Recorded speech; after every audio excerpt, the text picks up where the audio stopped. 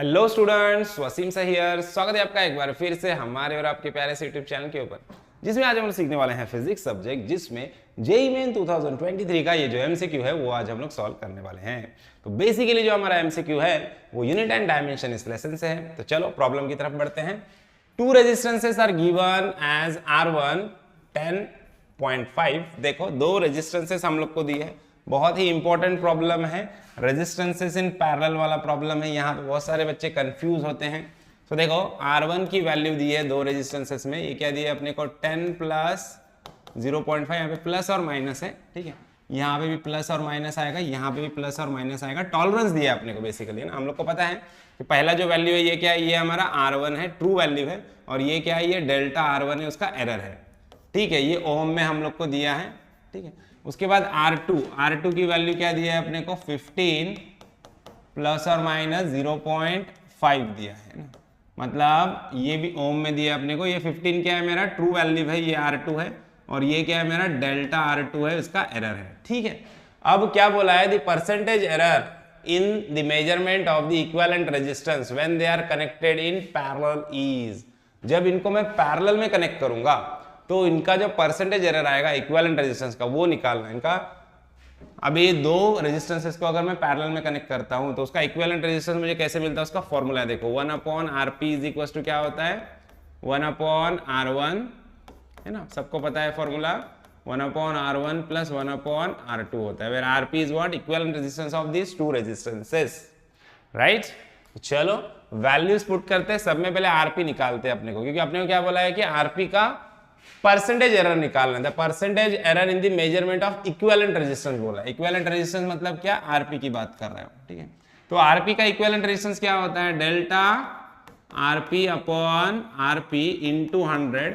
इसकी value basically हम लोग को निकालनी है, ठीक है। तो सब में पहले आरपी निकाल लेते हैं। आरपी निकालने के लिए ये वाला फॉर्मूला रहेगा हमारा, मैग्नीट्यूड वाला। चलो 1/RP, पहले आरपी निकाल लेते हैं। 1/RP is equal to 1/R1।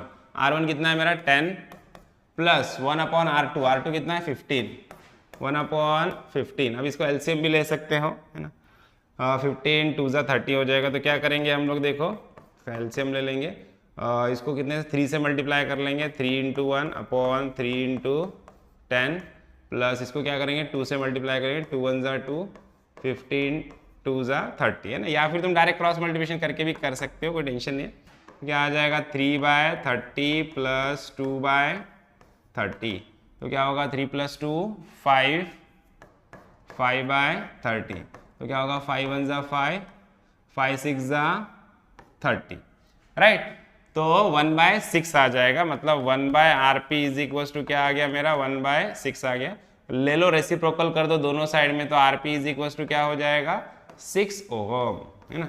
So RP की वैल्यू मिली अपने को 6 ओम, लेकिन अपने को डेल्टा RP/RP का वैल्यू निकालना है।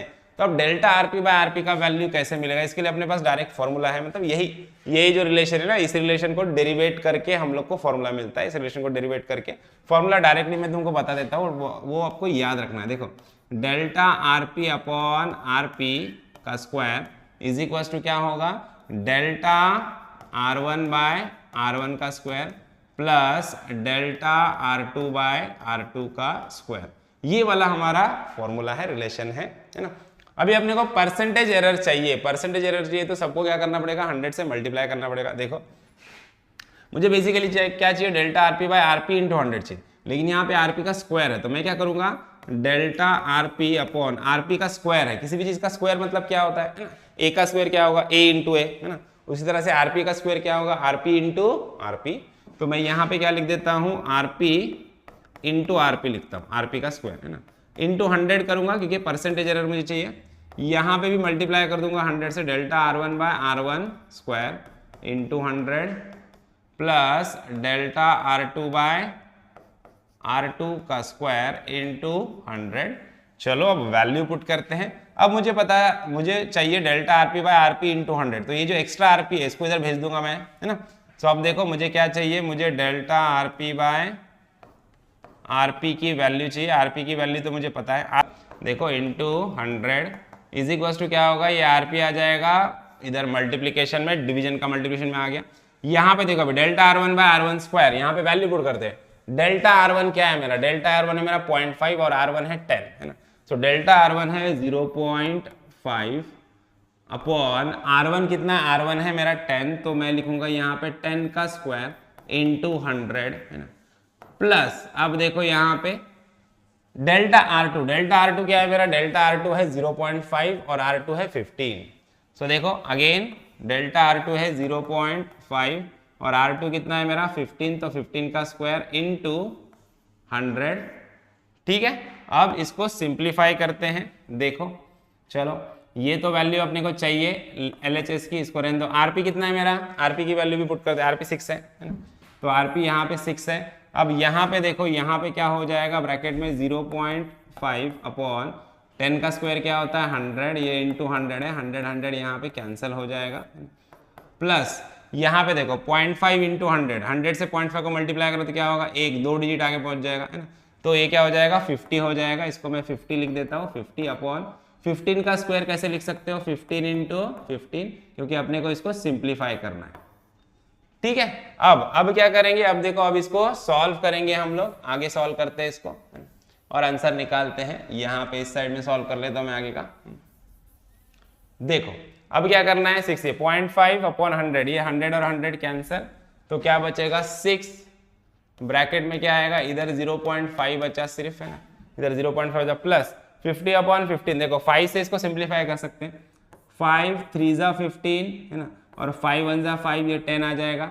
अगेन यहाँ पे देखो 5 2 जा 10, 5 3 जा 15, तो 2 अपॉन 3 इंटू 3 बचेगा, है ना, क्या बचेगा 2 अपॉन 3 इंटू 3। इसको डायरेक्ट भी तुम कर सकते हो, मैं तुमको स्टेप वाइज करके बता रहा हूँ, पूरा अच्छे से समझ में आया इसलिए।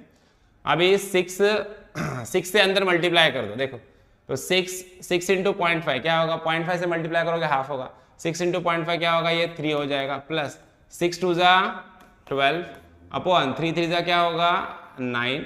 अब देखो यहाँ पे क्या हो जाएगा, 3 प्लस 12, 3 3 जा 9, 3 4 जा 12, तो क्या होगा, ये 4/3 आ जाएगा। अब इसका क्रॉस मल्टीप्लिकेशन कर दो, इधर कुछ नहीं, मतलब 1 3 3 जा क्या होगा 9, प्लस 4 1 जा 4 अपॉन 3 1 जा 3, तो क्या होगा 9 प्लस 4 कितना आ गया अपना, 9 प्लस 4 13 अपॉन 3, है ना, 13 अपॉन 3, ये अपना आंसर है। लेकिन पॉइंट में आंसर, पॉइंट में है तो हम लोग क्या करेंगे, इसको डिवाइड कर ले, देखो 3 4 जा 12, है ना, मतलब 4.33, ये एक ऑप्शन दिख रहा है अपने को ना, 4.33 ऑप्शन आएगा अपना।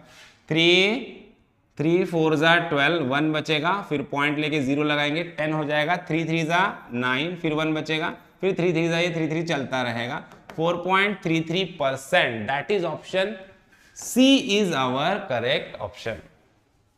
समझ में आया, बहुत इंपॉर्टेंट प्रॉब्लम था, ऐसे टाइप का क्वेश्चन पहले भी पूछा गया है एग्जामिनेशन में, ठीक है। आई होप आपको प्रॉब्लम अच्छे से समझ में आया है। वीडियो अच्छा लगा है तो वीडियो को लाइक कीजिए, ज्यादा ज्यादा दोस्तों के साथ शेयर कीजिए और चैनल को सब्सक्राइब करना ना भूलिए। तो मिलते हैं नेक्स्ट वीडियो में नेक्स्ट प्रॉब्लम के साथ, तब तक के लिए थैंक यू, बाय बाय।